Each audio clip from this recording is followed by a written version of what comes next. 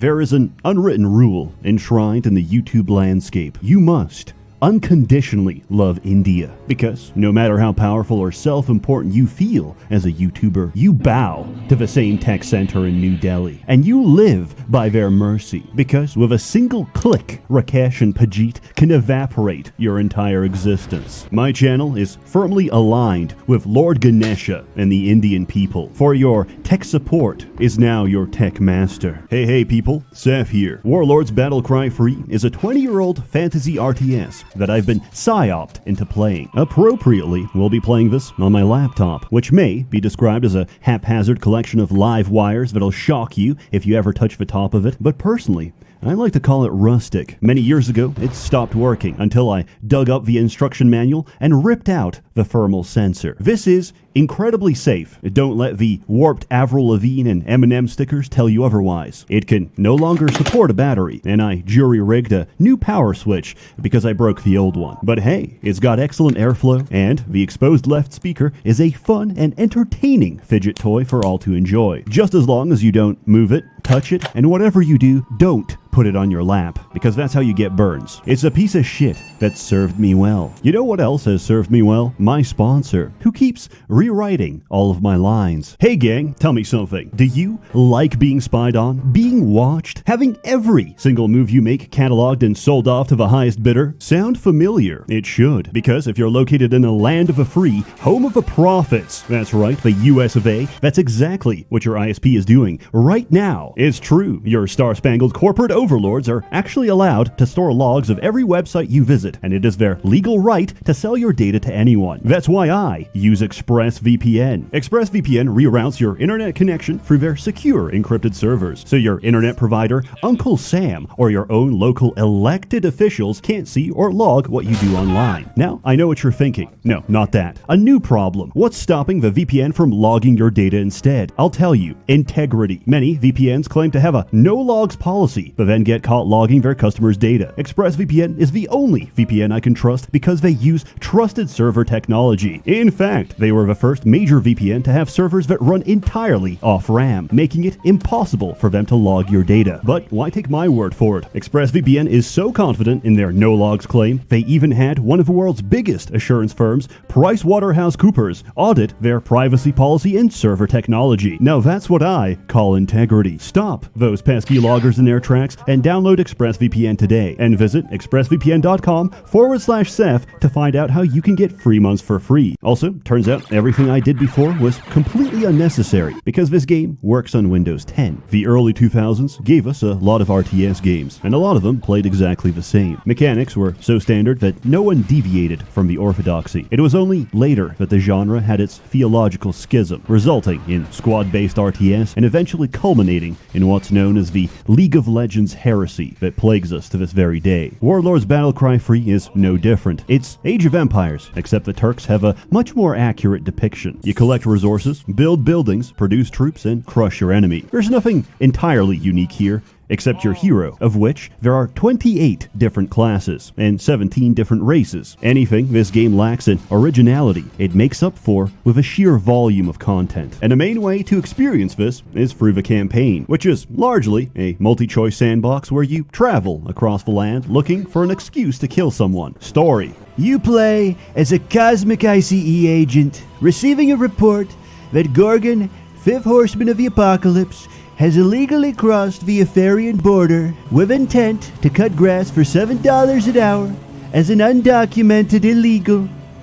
We can't let this go on, so we ask the Dark Dwarves, that's not racist, they're dwarves of color, to cast Earthquake on his illegal encampment and seal him inside for all eternity. There's absolutely no consequence to ignoring the story, and even if you finish it, you get a pop-up saying, Gorgon has been sealed, now go explore. There's no conclusion, no final battle, and you don't even get to see him. This is the literary equivalent of a toddler starting a sentence, forgetting where he was, and going to sleep. And just as well, because story is not the focus. By far, the best part of this game is the community, which is extremely passionate, to say the least. You'll have people in comments saying things like, Death Knight is the best, and immediately someone will come out of the woodwork, proclaim that their Fey assassin is going to one-tap them, and question the fidelity of their parents' marriage. Which brings us to the focus of my hyperfixation. finding, objectively, the best build in a game that's popular with a 10 or so Polish men that still play it. In the process, I'll talk about each race. What do you say, Gav? The Celentine Empire is a race that answers the question of, what do we have with whatever you want? Because apparently, the only barrier between recruiting demons and vampires to join your ranks is socioeconomic. They can pay for random mercenaries that give a taste of every race, their tech tree is sensible, and they have access to spell research, which, if you stall the mission, unlocks every spell in the game. Alchemist specializes in alchemy, which is the original reason I got into this game, because the very first spell you get, cast at a high enough level, creates max level items out of thin air. This includes set items that are unique to the campaign. This leads to a situation where you spawn in, drink your mana pots, print everything you want, and resign the mission. Everything in your hero's backpack is saved, which can be sold in the market for infinite money to spend on infinite supplies and reinforcements. And then we go from ridiculous to game-breaking by casting Spellforge, which doubles the effect of all your items, turning your alchemist into the strongest unit in the game. Shenanigans include, but are not limited to, having armor so high you can't take damage, doubling your mana regeneration to fill up in seconds, to abusing double rings of resurrection for a 40% chance to revive your entire army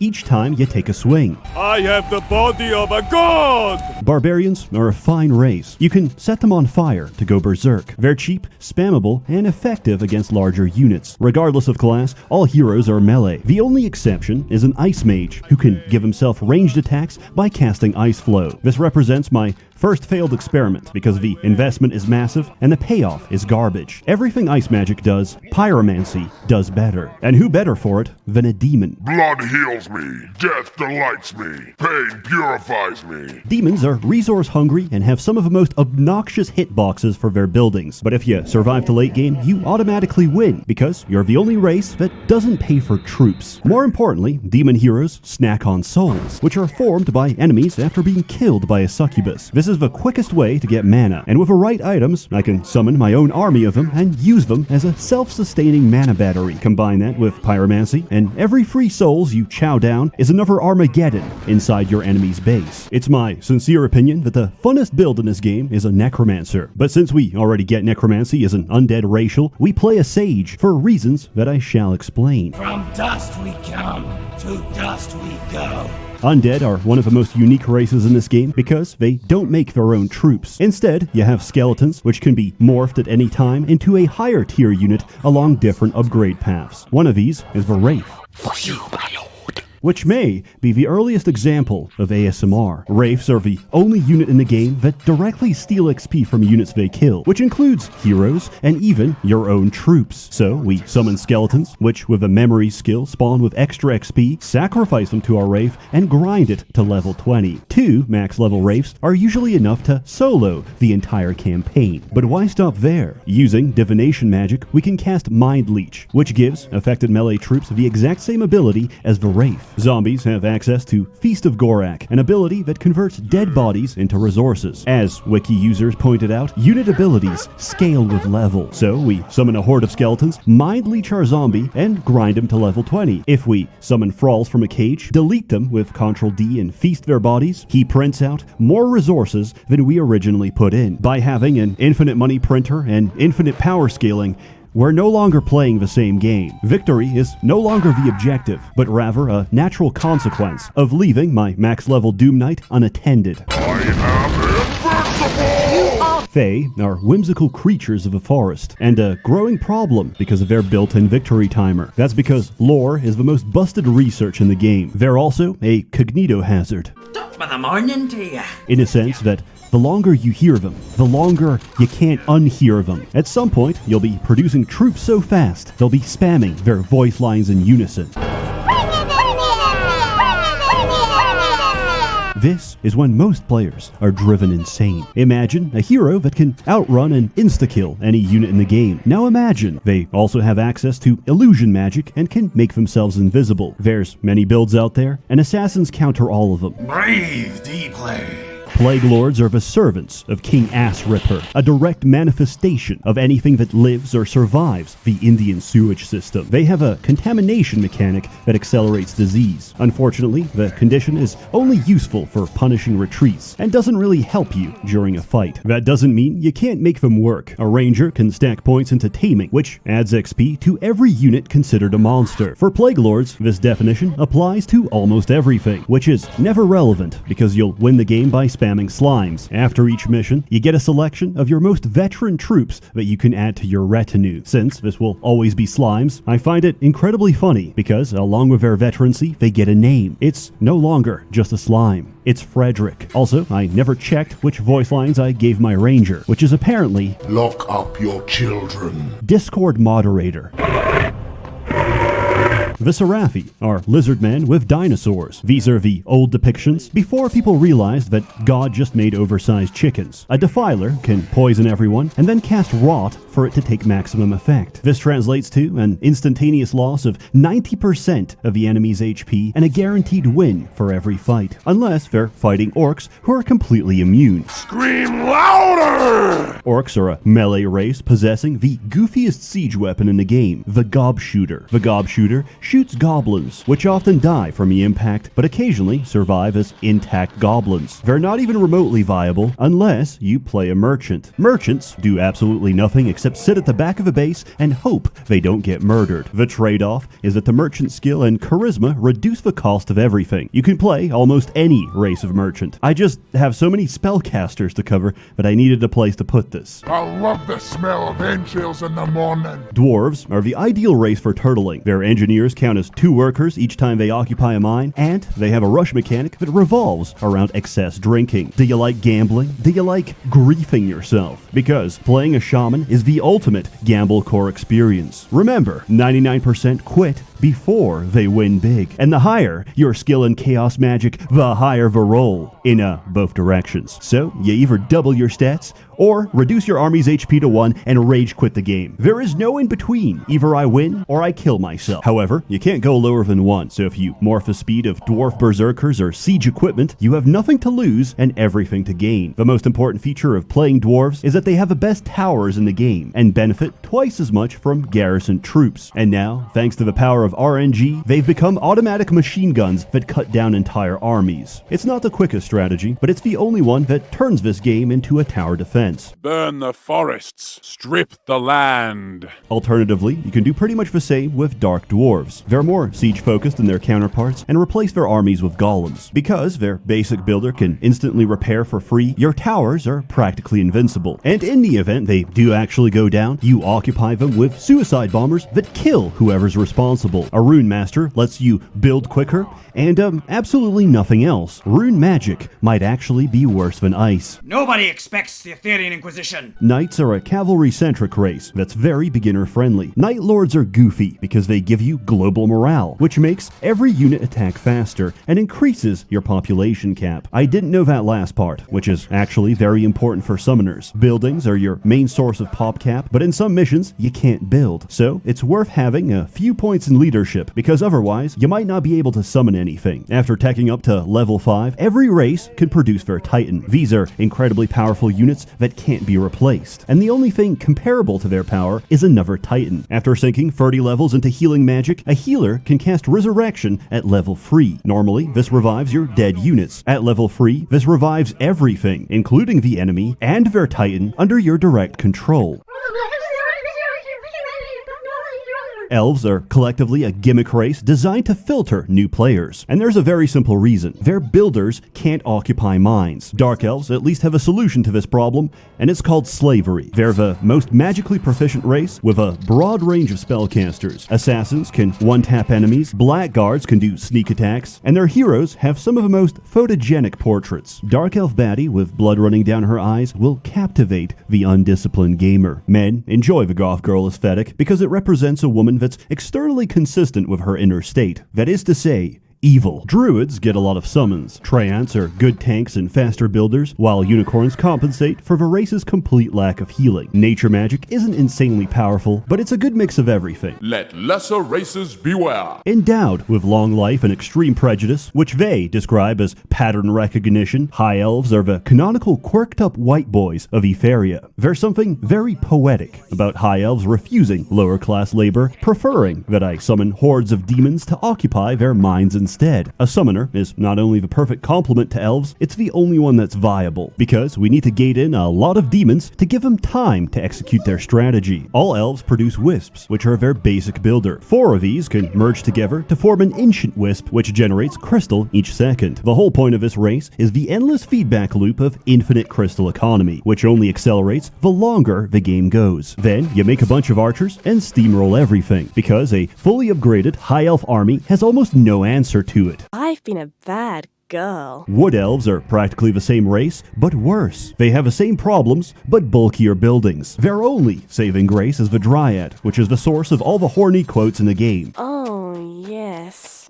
Do that again. But what if I told you, after theory crafting all of these numerous, diverse, and interesting builds, I've been bell-curved, because the lowest IQ knuckle-dragger will reach the same conclusion as the upper percentile. Just play a warrior. Everything a mage can do, a warrior does better. It's in the name of the title. It's called Warlords Battlecry III, not neurodivergent caster that needs 30 levels to get good. Who cares about your exploits when the average warrior will just click a corner of a map and solo the entire mission? His only weakness is running out of health potions, which is why you play a Minotaur. Minotaurs have some of the fewest but most upgradable units in the game. But most importantly, they have sheep. Sheep cost 1 gold per unit and can be snacked on by minotaurs to restore their health. So we flood the map with a portable health supply for your one-man army. If you're playing this correctly, you should be able to see absolutely nothing. However, after everything I've been through, I refused to accept this answer. There had to be something better. There must. And I think I found it. Coincidentally, Swarm is the first race I ever played because I thought the name sounded cool. And what did I get?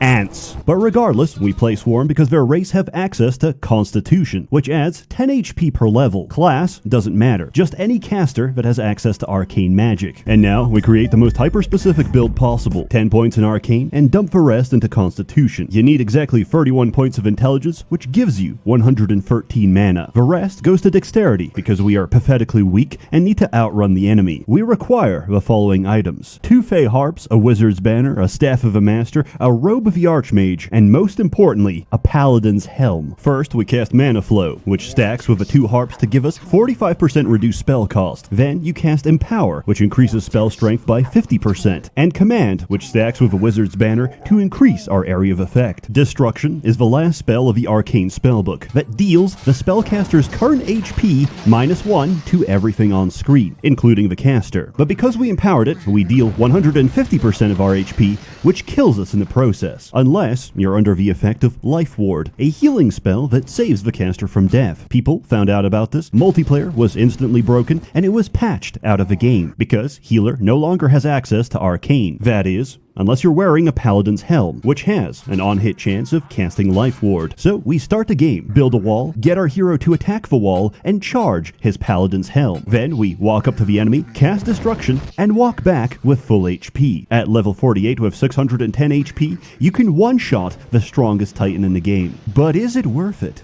No. I did all this so I can cast one spell, one time, and then have to wait like 10 minutes before I can do it again. I've rationalized myself into a corner, and I'm back to the middle of a bell curve. What have we learned today? Overthinking a 2004 RTS is the peak of being a midwit. Increases your risk of writing video essays, and accelerates your Alzheimer's by expanding the Swiss cheese in your brain. In high school, we used to choke each other out during art class to get high. This went on for a while, until the teacher caught us. I guess what I'm trying to say with this is Warlords Battlecry III is great, mindless fun. And I say this objectively because I have no prior nostalgia. There's clearly a lot of love and passion put into the making of this game. There's little details that still surprise me, like how you can load cows as catapult ammunition, which give this game a lot of charm. The voice acting is hammy, the music is beautiful, and the campaign is very replayable. Unfortunately, sometimes the game does crash. This often happens when crossing regions. You get a random encounter and it fails to build the random map. map. If this happens, play a skirmish or move backwards on the map, and this will usually fix it. I thoroughly recommend that you don't buy it on Steam. GOG uses official patch 1.0 free, while Steam uses the unofficial patch, which made a very unpopular change. All summoned units come with a timer, and when this expires, they die. This completely destroys a lot of builds, so for the sake of your enjoyment, get a copy from GOG.